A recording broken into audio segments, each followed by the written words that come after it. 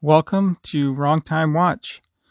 My name is Kevin, and today we're looking at the Sinn 556i. This watch was kindly lent in by Art, and actually he sold this watch, and I'll be shipping it off to the new owner. But before we get into the watch, let's just take a quick look at the boxes.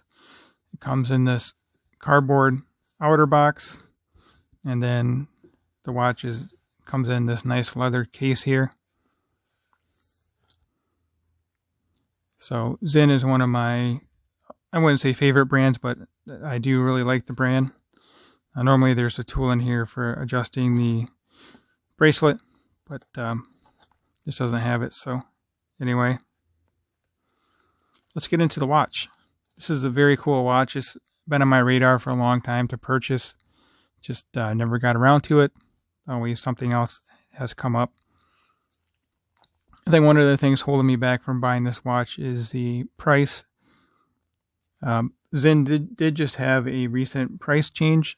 This watch currently is $1,510, but is sold out on the Watch Buy's website. The previous price on it was $1,380. But it's a very nice watch. Having it in hand, I almost wish I would have bought one at the previous price point. But anyway, let's just take a look at this. It has a stainless steel case and bracelet with a satin finish.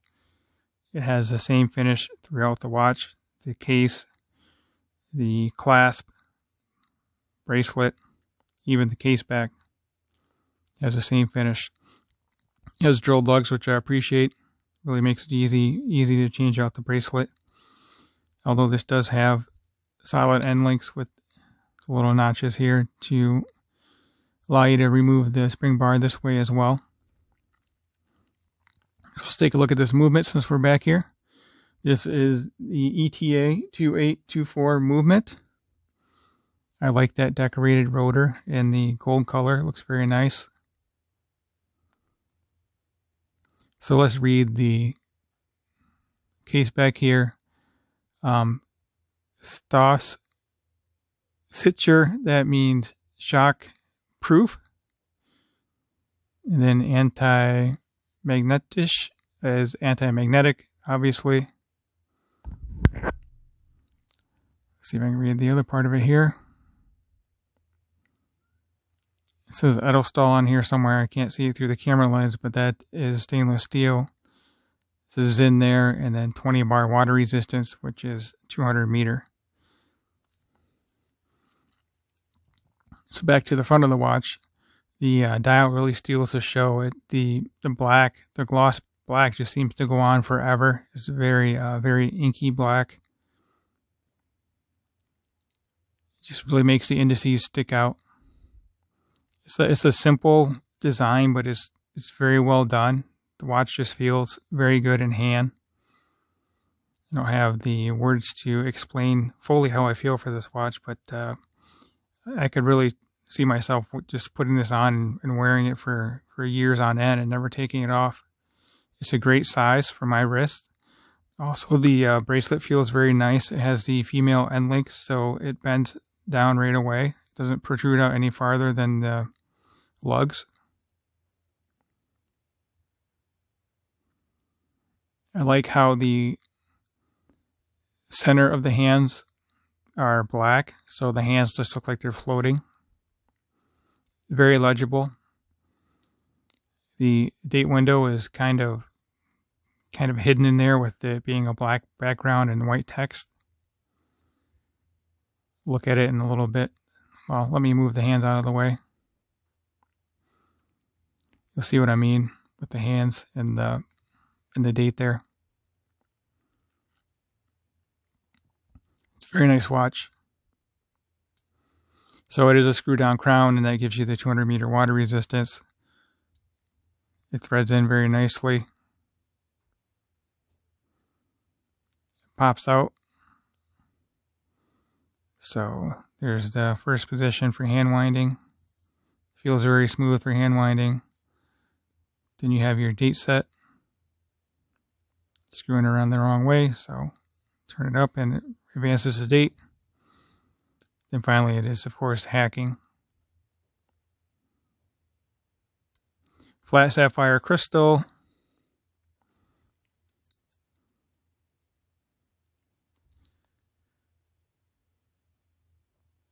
So let's go over the dimensions. It's a great size, 45.5 millimeter lug to lug.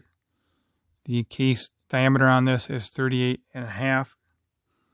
The thickness is very nice at 11.2 thick. And then the lug width is 20 millimeter, which works great for this size watch. Everything is proportioned very well.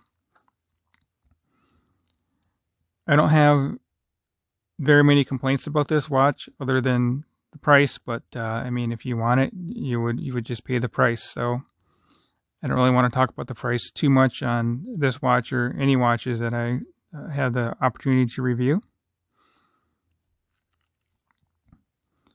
As I mentioned in my unboxing, the one thing I don't like about this watch, and especially now considering the increased price, is the stamped clasp and the stamped fold-over safety clasp there. I would appreciate double deployment pushers. This is just friction fit.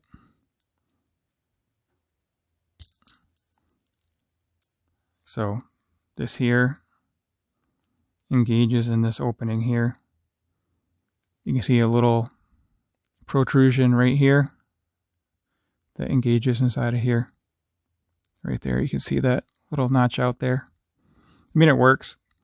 I don't think this is going to come off your wrist, but it just feels kind of cheap compared to the more premium price that they're charging now.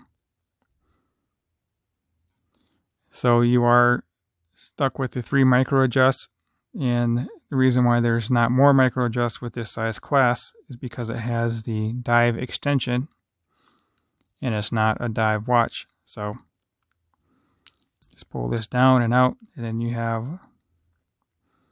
probably 30 millimeter extension at least there. So I don't understand that. And that was my issue with the Sinn 104 that I had. With the same bracelet, actually, I think.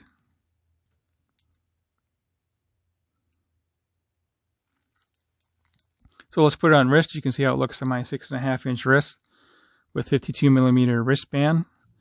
So this is really an ideal size watch for my wrist. Although I do have mixed feelings. I'm used to larger watches, even though I have a smaller wrist. I mean, this does look good. I'm just used to a little bit larger watch. So I'll bring my SKX over here in a moment. Let me zoom out and give you a different perspective here. So from this view, it looks a little better on wrist.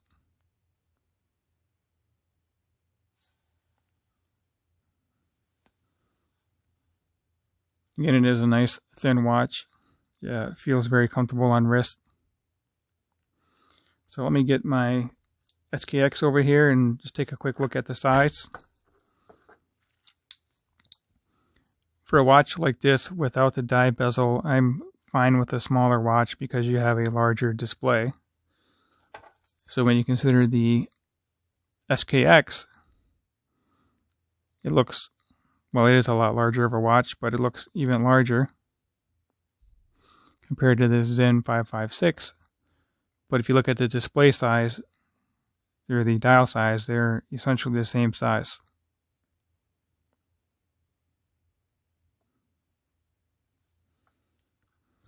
So if you were to purchase this watch with 42 millimeter, it would look gigantic unless you have a large wrist.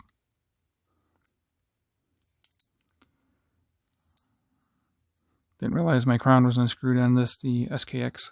So anyway, let me hit these with a UV light and we'll take a look at the lume. If you have not already subscribed to my channel, I would appreciate it if you go ahead and do so. Like the video if you liked it. Leave a comment below. Let me know what you think of the Sinn 556i. They also have one with the, I think it's 3, 6, 9, and 12 I would go with this one. I prefer the look of the Indice watch. Same thing for the Sinn 104.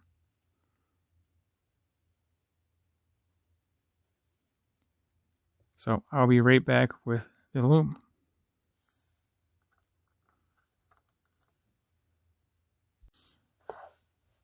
So I'm actually really happy with the lume on this. It's a nice cool blue color versus the green of the Lumibright on the Seiko SKX009. But the lume on the Sinn 556i is very nice. It is dying down a little bit, but that is to be expected. It's not as bright by eye as what it is on camera. Neither is the SKX, but I would give the lume brightness to the SKX just by a little bit. But really, you can't complain about that 556i lume. Let me hit it with the UV light, and it looks real cool. You'll see that here in a moment. Just fun to play around with the UV light. So actually it looks a lot better by eye, so that's kind of a bummer, but anyway, there you go. You see it nice and bright again. As always, thank you for watching, and I'll catch you on the next video.